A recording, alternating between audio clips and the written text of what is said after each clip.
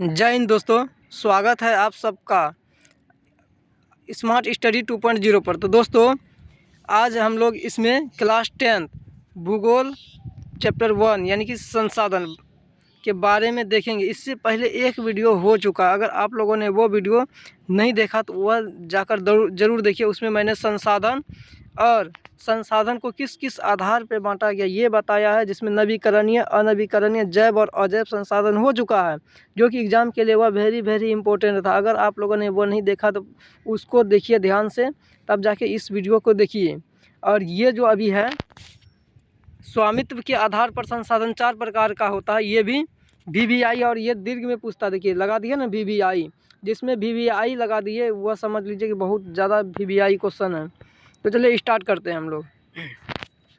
तो पहला है स्वामित्व के आधार पर। स्वामित्व का अर्थ होता अधिकार, ठीक है।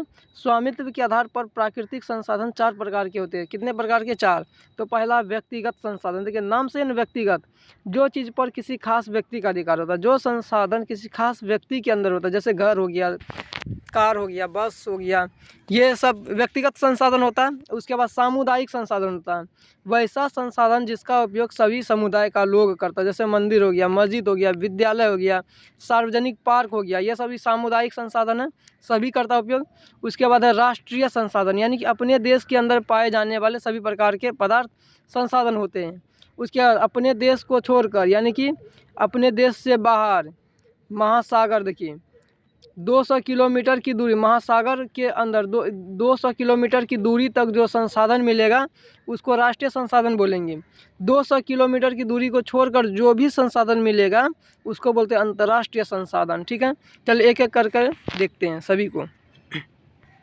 तो पहला है व्यक्तिगत संसाधन किसे कहते हैं? व्यक्तिगत, देखिए वैसा संसाधन जिस पर किसी खास व्यक्ति का अधिकार होता है उसे व्यक्तिगत संसाधन कहा जाता है। जिस पर किसी खास व्यक्ति का अधिकार होगा उसी को बोलेंगे व्यक्तिगत। जैसे घर हो गया, घर किसी खास व्यक्ति का ही होता है, सब उपयोग नहीं करता, किसी खास व्यक्ति का अधिकार होता है। कार किसी खास व्यक्ति का ही होता है, पर्सनल होता है, यानी कि पर्सनल बोलेंगे इसमें, ठीक ना, पर्सनल। व्यक्तिगत को पर्सनल ही बोलते हैं। भूखंड व अन्य जायदाद, जो ये व्यक्तिगत संसाधन, वैसा संसाधन जिस पर किसी खास व्यक्ति का अधिकार होगा ना उसी को बोलेंगे व्यक्तिगत। समझ गए? चलिए सामुदायिक देखते हैं। अब सामुदायिक क्या होता है? वैसा संसाधन जिस पर किसी खास समुदाय का अधिकार होता है, जिस पर किसी खास समुदाय का अधिकार होता है तथा इसका उपयोग समुदाय के लिए सुलभ होता है, यानी कि समुदाय के लिए आसान होता है, उसे सामुदायिक संसाधन कहते हैं। देखिए वैसा नाम है, लेकिन वैसा संसाधन जिस पर किसी खास समुदाय का अधिकार होगा उसको बोलेंगे सामुदायिक संसाधन, ठीक है।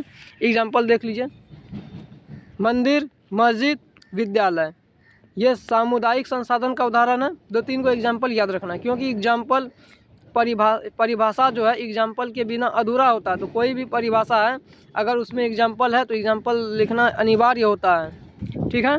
चलिए अब हम लोग आगे देखते हैं राष्ट्रीय संसाधन। तो देखिए अपने देश के अंदर पाए जाने वाले सभी प्रकार के पदार्थ राष्ट्रीय संसाधन कहलाते हैं। अपने देश के अंदर जो भी संसाधन मिलेगा सभी राष्ट्रीय संसाधन।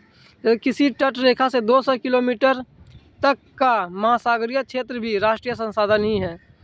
जैसे तट रेखा देखिए बना देते, जैसे भारत का नीचे वाला, देखिए यहाँ पे ये, यहाँ से भारत का ये नीचे वाला है, भारत का नीचे वाला है। ओके, 1 मिनट, ये जो भारत का नीचे वाला बना दिए, ये इधर भी समुद्र है, इधर भी समुद्र, नीचे भी। तो यहाँ से ये तट रेखा, इसी को बोलते हैं तट, यानी कि वह भूमि जो समुद्र से लगती है उसको बोलते हैं तट रेखा। इस तट रेखा से 200 किलोमीटर तक की दूरी, मान लो 200 किलोमीटर यहाँ तक आ गया, 200 किलोमीटर दूरी तक राष्ट्रीय संपदा निहित है। इसके अंदर जो भी मिलेगा समुद्र के अंदर यहाँ तक में वो अपने देश का होगा, ठीक है।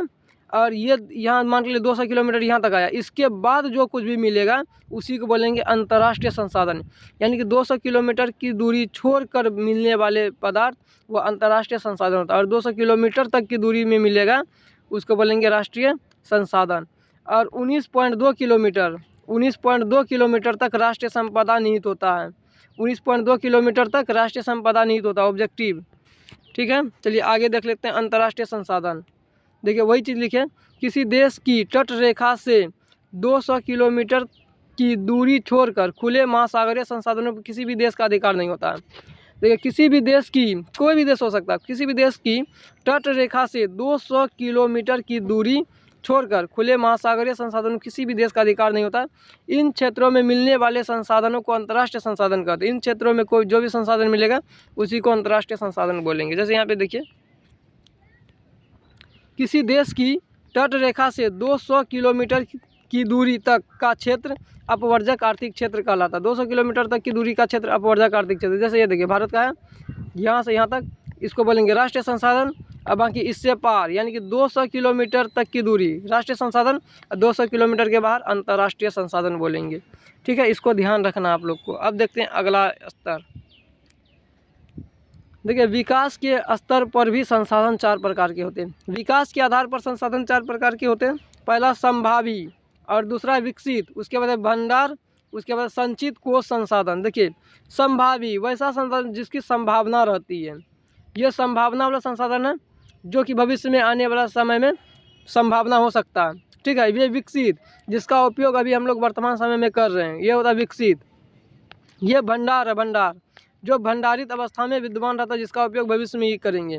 और ये संचित कोष संसाधन जो है ये भंडार संसाधन का ही अंश होता है। तो चलिए एक एक करके देखते हैं संभावी संसाधन क्या होता है, पहले इसको देख लेते। देखिए संभावी संसाधन ऐसे संसाधन जो किसी खास क्षेत्र विशेष में मौजूद होता है। संभावी किसी क्षेत्र में मौजूद होता है जिसे उपयोग में लाए जाने की संभावना रहती है।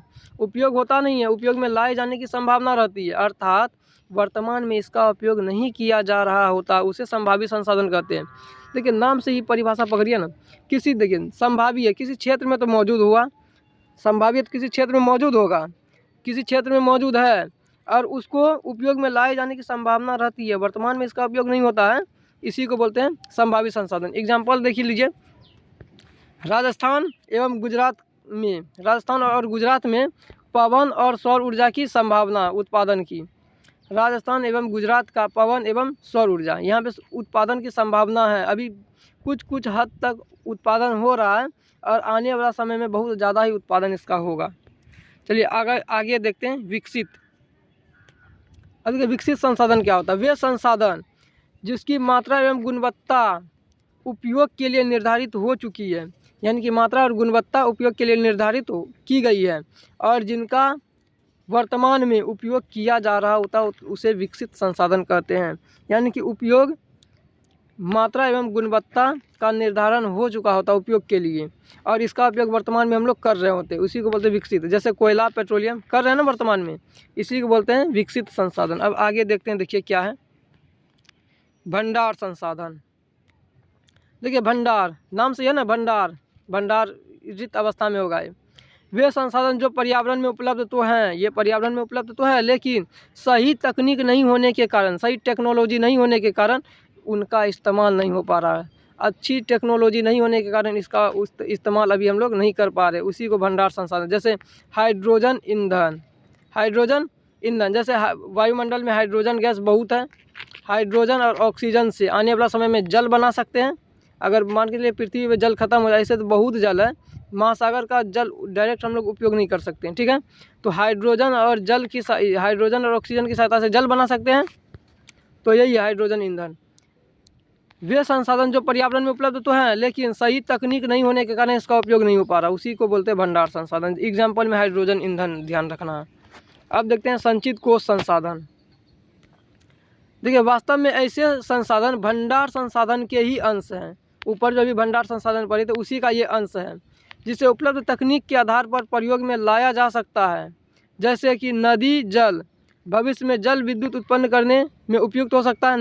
नदी जल से बिजली बना सकते हैं, इसी को बोलते हैं संचित कोष संसाधन। ये इसका भी अभी उपयोग नहीं हो पा रहा है। ठीक ना, तो दोस्तों आज के लिए बस इतना ही।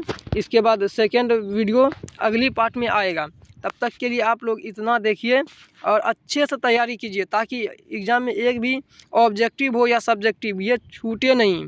देखिए ऐसा नोट्स आप लोग एग्ज़ाम में हूबहू ऐसे ही लिखना है, ठीक है, ताकि आप लोगों का नंबर एक भी कटे नहीं। तो मिलते हैं अगली वीडियो में, धन्यवाद।